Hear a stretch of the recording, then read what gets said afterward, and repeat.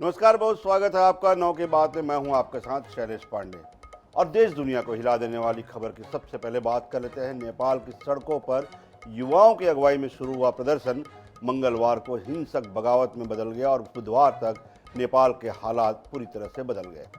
मंगलवार का हालात इस कदर बिगड़े कि प्रदर्शनकारियों ने संसद भवन को आग के हवाले कर दिया। सरकारी इमारतों, नेताओं के घरों और यहाँ तक कि पशुपतिनाथ मंदिर के फाटक तक पर हमले किए गए। इसके बाद सेना को कमान संभालनी पड़ी। उग्र प्रदर्शन को देखते हुए प्रधानमंत्री केपी शर्मा ओली ने इस्तीफा दे दिया, लेकिन सड़कों पर शांति अभी तक नहीं लौटी है। ये प्रदर्शन अचानक नहीं उभरा है। नेपाल लंबे समय से भ्रष्टाचार और सियासी खेलों का शिकार रहा है। खास तौर पर नई पीढ़ी तंग आ चुकी थी सोशल मीडिया पर पाबंदी से और उनके गुस्से को और भड़का दिया। सोमवार को पुलिस की गोलीबारी में 20 से ज्यादा लोग मारे गए हैं, जिसके बाद मंगलवार को प्रदर्शन और उग्र हो गया। पूर्व प्रधानमंत्री शेर बहादुर देउबा पर हमला हुआ। पूर्व पीएम झलनाथ खनाल की पत्नी राजलक्ष्मी चित्रकार को बीच सड़क पर जिंदा जला दिया गया। हालात बेकाबू होते देख नेपाल की सेना ने मोर्चा संभाला। बहरहाल असली सवाल यह है कि नेपाल में आगे के हालात क्या बनने वाले हैं। तो आपको बताएं, नेपाल इस समय धू धू करके जल रहा है। नेपाल की स्थिति ये है कि लगभग सत्ता में बैठे तमाम जो लोग हैं उन्हें या तो बाहर खदेड़ दिया गया है या उन्हें मार दिया गया है या कुछ लोग लापता हो गए हैं। कहा यह जा रहा है कि 6 मंत्री जो हैं वो लापता हैं, जिनकी हत्या की जा चुकी है। आप समझ सकते हैं कि भयावहता क्या है कि पूर्व पीएम की पत्नी को सड़क पर प्रदर्शनकारियों ने जिंदा जला दिया। वित्त मंत्री के कपड़े फाड़कर उन्हें नग्न अवस्था में दौड़ा दौड़ा कर पीटा गया। गृह मंत्री के कपड़े फाड़े गए। आप समझ सकते हैं ये प्रदर्शन क्या कहता है। हजारों की संख्या में युवा वहां पर पुलिस के ऊपर भी भारी पड़ रहे हैं। पुलिस की वर्दी, उनके हेलमेट और उनके जितने भी इक्विपमेंट हैं उन्हें छीनकर वो अपने विजय का प्रदर्शन कर रहे हैं।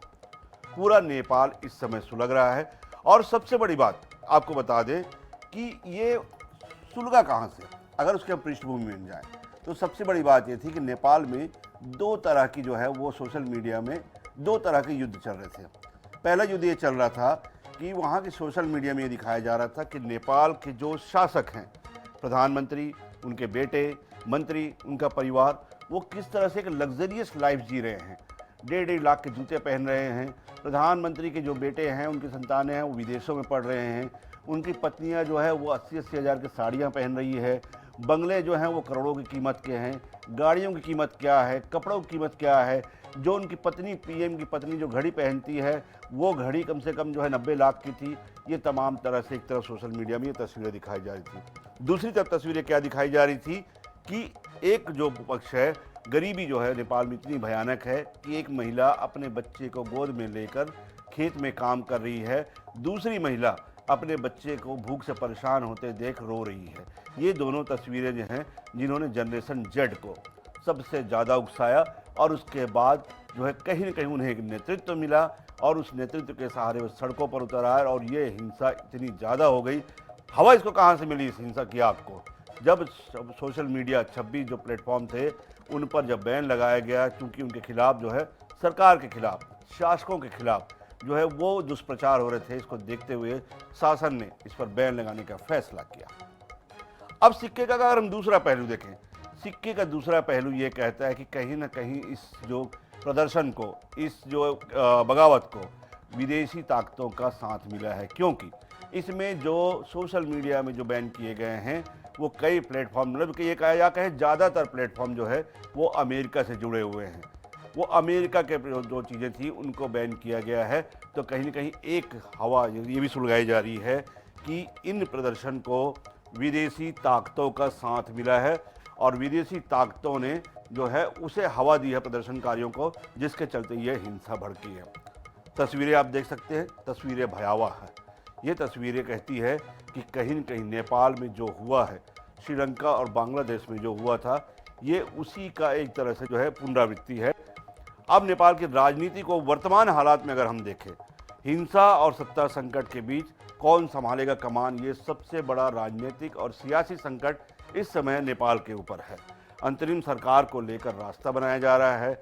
कई नाम आ रहे हैं इसमें, लेकिन एक नाम पर अभी तक जो है वो सबसे ज़्यादा जो है आया समर्थन, वो है जन जर्नलिस्ट सुशीला कार्की को जो है अपना समर्थन दिया है।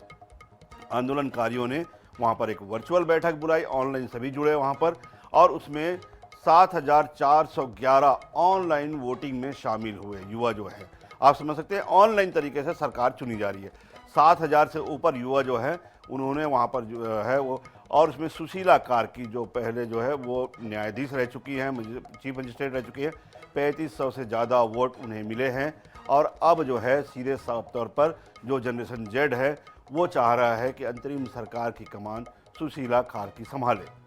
एक नया रास्ता इस समय सियासी संकट के बीच में निकले। पहले आपको जानते हैं बालिन शाह के नाम पर जो है बात हो रही थी, क्योंकि वो वहाँ के मेयर है, और जो युवाओं को नेतृत्व मिला था सोशल मीडिया और तमाम चीज़ों को लेकर, बेरोजगारी और भ्रष्टाचार के खिलाफ अगर कोई सबसे ज़्यादा लड़े तो बालिन शाह लड़े थे। तो इसलिए पहले बालिन शाह का नाम उभर कर सामने आया था। अचानक शाह बैकफुट में आ गए, इसकी वजह किसी को नहीं मालूम। लेकिन वहाँ पर जिस तरह से सोशल मीडिया का उपयोग हो रहा है नेपाल में, आप समझ सकते हैं 7,000 से अधिक युवा वर्चुअल जुड़े, ऑनलाइन वोटिंग की गई, और उसमें सुशीला कार्की के नाम पर समर्थन युवाओं का मिला, जनरेशन जेड का मिला। अब आपको दूसरी चीज़ों से भी हम वहाँ पे रूबरू कराते हैं कि नेपाल में अन्य जो चीज़ें हैं, बालन शाह ने दिलचस्पी नहीं दिखाई। वो मेयर थे, युवाओं का जो है वहाँ पर वो एक तरह से नेतृत्व माना जाता था, लेकिन जब वहाँ पे युवाओं ने उन्हें अप्रोच किया, जनरेशन जेड के युवाओं ने, तो उन्होंने कहा कि इसमें हमारी कॉल बालन शाह ने नहीं उठाई। फिर दूसरे नामों पर चर्चा चली गई। उन्होंने किसी भी तरह का इंटरेस्ट नहीं दिखाया। वर्चुअल जो वहाँ पर जो है वो बातें हुई, जो वहाँ पर जो मतांतर हुए वहाँ पर, उसमें भी उन्होंने भाग नहीं लिया। जब जनरेशन जेड ने उन्हें जो है वो कांटेक्ट करने की कोशिश की, तो उन्होंने जो है वो फ़ोन नहीं उठाया, उनसे वो जुड़े नहीं।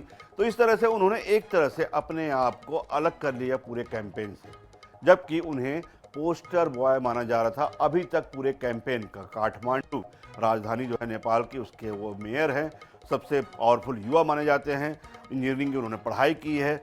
जब उन्होंने पोस्टर बॉय को लेकर, सबसे पहले जो जनरेशन जेड की दिलचस्पी थी वो बालन शाह को लेकर थी, जब लेकिन बालन शाह ने पूरे मामले में अपनी दिलचस्पी नहीं दिखाई, किसी तरह से इसको लीडरशिप का उन्होंने जो है अपना जो है इंटरेस्ट शो नहीं किया, तब जाकर दूसरे नामों पर जनरेशन जेड के युवाओं ने विचार किया, और उसमें नाम आया सुशीला कार्की का। अब सुशीला कार्की के बारे में जान लेते हैं कि आखिर कौन है ये वो महिला जिसके नाम से पूरे जनरेशन जेड नेपाल के जो युवा हैं वो अभी एक तरफा इन्हें समर्थन दे रहे हैं। ये कौन है, इस महिला के बारे में भी आप जानते हैं, लेकिन सबसे बड़ी बात ये रही है कि इनके बारे में जो छवि है, कहा जाता है सुशीला कार्की मुख्य न्यायाधीश रही हैं। इसके अलावा सबसे बड़ी बात जो इनकी विशेषता, जो जनरेशन जेड को लुभा रही है, आकर्षित कर रही है अपनी तरफ इनके लिए, वो है इनका भ्रष्टाचार विरोधी रवैया। कहा जाता है कि जब ये न्यायाधीश थी, उस पद पर बैठी हुई थी न्यायाधीश की, तब ये भ्रष्टाचार के खिलाफ काफ़ी मुखर थी। कई ऐसे फैसले थे, कई ऐसे जो हैं वो टिप्पणियां थी, कई ऐसे अपील थे, कई ऐसे वर्डिक्ट थे जो कहता है कि सुशीला कार्की बेहद जो है वो ईमानदार महिला है, और कहीं ना कहीं जो व्यक्तिगत रूप से बदलावों की पक्षधर है। इसीलिए पूरी जो जनरेशन जेड है वो सुशीला कार्की को इस समय अपना समर्थन दे रही है अंतरिम सरकार के अगुवा के रूप में। तो चलिए, नेपाल के बाद अब बात कर लेते हैं हम फ्रांस की। फ्रांस की सड़कों पर भी भयानक विरोध प्रदर्शन शुरू हुआ है। राष्ट्रपति एमैनुअल मैक्रों के खिलाफ सैकड़ों की संख्या में भीड़ सड़क में उतर आई है। आगजनी और तोड़फोड़ की जा रही है। फ्रांस में यह हिंसा तब फैली है जब मैक्रो ने देश में नए प्रधानमंत्री का ऐलान किया। प्रदर्शनकारियों ने बुधवार को पेरिस और फ्रांस के अन्य हिस्सों पर सड़कों को जाम कर दिया और भयानक आगजनी हुई। पुलिस ने प्रदर्शनकारियों पर आंसू गैस के गोले दागे। वहीं बेकाबू भीड़ को काबू करने के लिए कम से कम 80,000 पुलिस बल सड़कों पर और संवेदनशील स्थानों पर तैनात किए गए हैं। हालांकि यह आंदोलन अपने घोषित लक्ष्य सब कुछ बंद करो को पूरी तरह हासिल नहीं कर पाया है। पहले आंदोलन ऑनलाइन शुरू हुआ, फिर तेजी से फैला। अब पुलिस ने 200 से अधिक प्रदर्शनकारियों को गिरफ्तार कर लिया है, और वहां पर किसी न किसी जो है वो तनावपूर्ण स्थिति को नियंत्रित करने का पुलिस दावा कर रही है। तो आप तस्वीरों में देख सकते हैं कि क्या हालात है फ्रांस में, लेकिन इसके पूरे की आपको पृष्ठभूमि बताते हैं। वर्तमान हालात को जोड़कर इसे जो है समझने की ज़रूरत है कि आखिर फ्रांस में ऐसे हालात बने क्यों हैं। सरकार के खिलाफ वहाँ पर प्रदर्शन हो रहे हैं। एक जो वर्ग है वो 1 लाख से लोग ज़्यादा, जिनके उस वर्ग के जो फॉलोअर हैं वो वहाँ पर हैं और करीबन अभी तक 150 जगह पर आगजनी की खबरें जो हैं वहाँ पर आई हैं। 80,000 पुलिस, जो कि सबसे बड़ी संख्या अभी तक किसी आंदोलन के खिलाफ है। 80,000 पुलिस जो है वो सड़कों पर तैनात किए गए हैं, आंसू गैस के गोले के साथ और बचाव उपकरणों के साथ। इसके साथ ही 200 से ज़्यादा लोग जो है अभी तक जो वहाँ पर न्यूसेंस फैला रहे थे, कहा जा रहा है कि उन्हें गिरफ्तार किया गया है और स्थिति अब काबू में होने का दावा किया जा रहा है। लेकिन वास्तविकता, हमने नेपाल के हालात देखे, पहले दिन भी वहाँ पर इसी तरह के दावे किए जा रहे थे कि प्रदर्शन हो रहे हैं, ठीक है वहाँ पर, लेकिन हालात काबू में हैं। लेकिन अभी तक जो हमें जानकारी है 150 से अधिक लोग जो है वहाँ पर हमें जो वहाँ पे आगजनी हो चुकी है और अभी भी उपद्रवी सैकड़ों की संख्या में सड़कों पर घूम रहे हैं। अब इस पूरी प्रदर्शन के पीछे की आपको बैकग्राउंड बताते हैं कि आखिर ये स्थिति फ्रांस में निर्मित क्यों हुई। सबसे पहली बात, जो ये प्रदर्शनकारी राष्ट्रपति मैक्रों की नीतियों से नाराज थे। लोगों को लगा कि नीतियां आम लोगों के खिलाफ जारी है, जैसा कि पहले भी उन्होंने आरोप लगाया गया था। अमीर वर्ग को फायदा पहुंचाई जा रही थी। दूसरी तरफ एक बड़ा आरोप जो लगा था कि इनके खर्चों में कटौती की गई थी। दूसरा आरोप जो लगा था कि वहां पर जो कुछ विदेश समर्थित आतंकवादी संगठन है उसको समर्थन फ्रांस के प्रधानमंत्री कर रहे हैं। ये उनके ऊपर जो है ये आरोप लगा था। ये आरोप ये लगा था कि उनके जो स्थानीय जो लोग हैं उनका जो है वो शोषण किया जा रहा है। लेकिन विदेश की ताकतों के जरिए जो पनप रहा आतंकवादी एक बड़ा संगठन, जिसका नाम लेना यहाँ पर उचित नहीं होगा, उसके समर्थन का आरोप भी मैक्रों के ऊपर लगा था कि उनके जो आतंकवादी हैं उनके समर्थन दिया जा रहा है इसकी वजह से। और वो आतंकवादी जो विदेश से यहाँ पर माइग्रेट होकर फ्रांस में आए हैं और फ्रांस की ज़मीन पर अब अपना कब्जा करने की नीयत रखते हैं। इससे स्थानीय लोगों को बड़ा नुकसान होने वाला था और ये बीच उनके बीच में फैलाया गया कि अगर ये विदेशी पोषित आतंकवादियों के हाथ में अगर फ्रांस चले जाता है तो जो स्थानीय लोग हैं फ्रांस के, उन्हें जो है बेहद तकलीफ़ों का सामना करना पड़ेगा। और इसी वजह से ये गुस्सा बढ़ा है। और आपको बता दें 2 साल में 5 प्रधानमंत्री इसी वजह से बता चुके हैं। वामपंथी गठबंधन और जर्मनी संगठनों ने यह आंदोलन शुरू किया। स्थानीय के लोगों के बीच में ये 4 मुद्दे डाले गए। 4 मुद्दे, ब्लॉक एवरीथिंग, इस नारे के साथ ये आंदोलन शुरू किया। 4 मुद्दे थे। 4 मुद्दे का आपको बताया हम। पहला मुद्दा ये था कि श्रमिक और मध्यम वर्ग और निम्न वर्ग के लोगों को परेशान किया जा रहा है, उनके खर्चों में कटौती की जा रही है, उनके संसाधनों में कटौती की जा रही है। दूसरा ये था कि नीतियां जो हैं, चाहे वो आर्थिक नीतियां हो, टैक्सेशन की नीतियां हो, महंगाई का मामला हो, बेरोजगारी का मामला हो, वो आम लोगों के खिलाफ है। दूसरा आरोप था ये। तीसरा आरोप ये था कि अब जो है वहाँ पर एक तानाशाह की स्थिति बन गई है, तीसरा आरोप था। लेकिन चौथा और सबसे बड़ा आरोप ये था कि विदेशी ताकतों के द्वारा पोषित आतंकवादी संगठन को प्रधानमंत्री और उनकी सरकार समर्थन दे रही है और वो आतंकवादी संगठन स्थानीय लोगों को वहाँ पर अपने ही देश से बेदखल करने की तैयारी कर रहा है। ये सबसे बड़ा आरोप जो है प्रधानमंत्री और उसकी सरकार के खिलाफ लगा था, जिसके चलते ये पूरा आंदोलन उग्र हुआ। अब हजारों की संख्या में लोग ब्लॉक एवरीथिंग के नारे के साथ, देखिए अब लेकोरो ने जो वहाँ पर प्रधानमंत्री पद का संभाल लिया है। लेकिन सबसे बड़ी बात यह है कि अभी तक सियासी जो उफान है वहाँ पर, हिंसक जो उफान है, वो अभी तक थमा नहीं है। सेबेस्टियन लेकोर्ने ने जो है वहाँ पर वो प्रधानमंत्री का पद संभाल लिया है। इमैनुअल मैक्रों के करीबी और पूर्व रक्षा मंत्री हैं। लेकिन कहीं न कहीं ये जो पूरा सत्ता जो अभी हस्तांतरण हुआ है वो केवल और केवल सेना के दम पर हुआ है। वहाँ पर लोगों को अभी तक ये प्रधानमंत्री के पद पर लेकोर्नो का वहाँ पर जिम्मेदारी लेना रास नहीं आ रहा है। ये कहा जा रहा है कि केवल और केवल सेना के दम पर ये पूरा सियासी समीकरण और सत्ता हस्तांतरण जो हो रहा है केवल सेना के ताकत के दम पर है। अगर सेना ना हो तो शायद ये सियासी समीकरण कुछ नेपाल की तरह ही हो जाएंगे।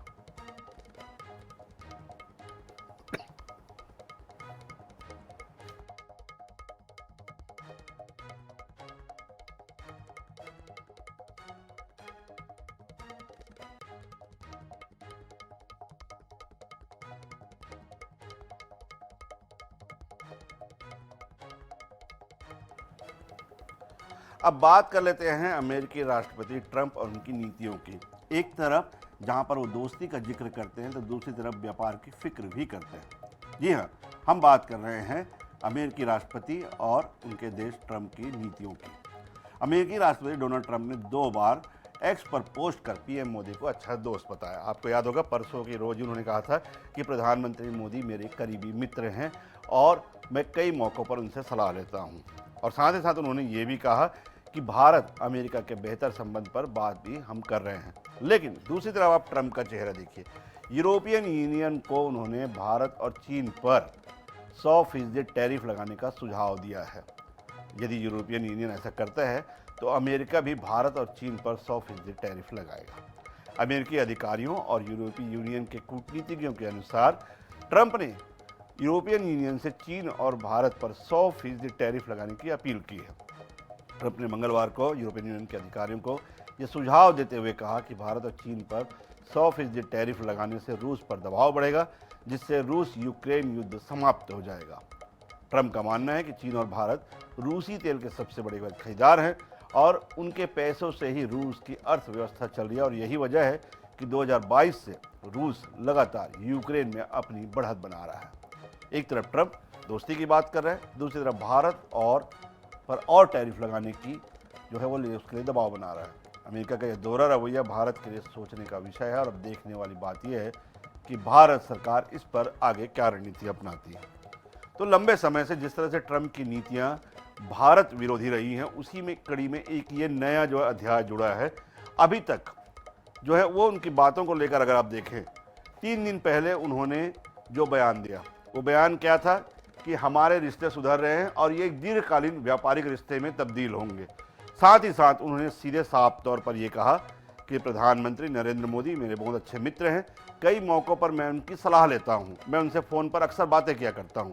ये उनका पोस्ट था, ये बड़ा पोस्ट था और इसको लेकर लोग सोचने पर मजबूर हो गए थे कि क्या ट्रंप जो चौतरफा आलोचना हो रही है वैश्विक जो समुदाय में, उसको लेकर क्या ट्रंप ने बैकफुट में लिया है। इसके अलावा जब आप जानते हैं अभी जो समिट हुआ था उसमें लेकर एससीओ समिट में जब ये बात आई थी कि भारत, रूस और चाइना के पीएम तीनों ने जिस तरह से व्यापारिक संबंधों को एक नई ऊंचाई दी, जिस तरह से व्यापारिक समझौतों को लेकर तेल खरीद की मात्रा रूस से बढ़ा दी गई चीन और भारत के द्वारा। इसके अलावा जो है वो रूस के द्वारा इन दोनों ही देशों को जो है वो डिस्काउंट दिया, स्पेशल डिस्काउंट दिया गया, सस्ते तेल की जो है वो मंजूरी दी गई।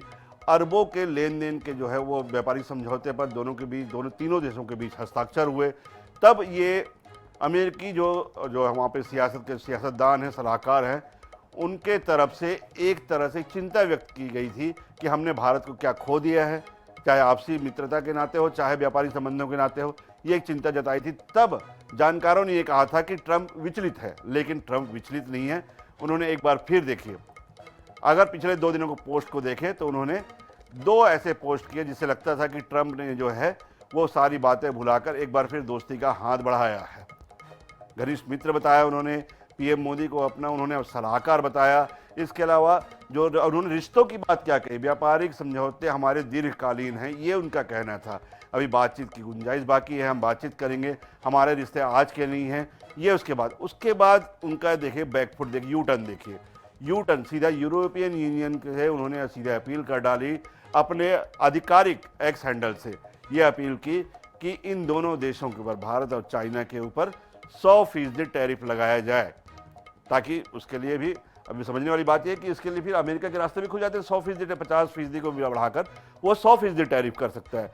तो यूरोपियन यूनियन को ये उन्होंने सीधे तौर पर भड़काया कि इन दोनों देश जो हैं वो बहुत अधिक मात्रा में रूस से तेल खरीदते हैं, जिससे कि रूस की अर्थव्यवस्था आधारित है और उन पैसों का उपयोग रूस यूक्रेन के खिलाफ हमले में कर रहा है और तीसरे विश्व युद्ध की ओर धकेल रहा है रूस। ये बड़ा आरोप ट्रंप ने यूरोपियन यूनियन के लोग जो है वहाँ पे अपील में शामिल किया है और साथ ही साथ इसको बहुत सख्ती से इस बात को दोहराया कि अगर दोनों देशों के ऊपर 100% टैरिफ लगा दिया जाता है तो रूस की अर्थव्यवस्था लड़खड़ाएगी और वो रूस और यूक्रेन युद्ध रोकने में एक महत्वपूर्ण जो है कदम होगा।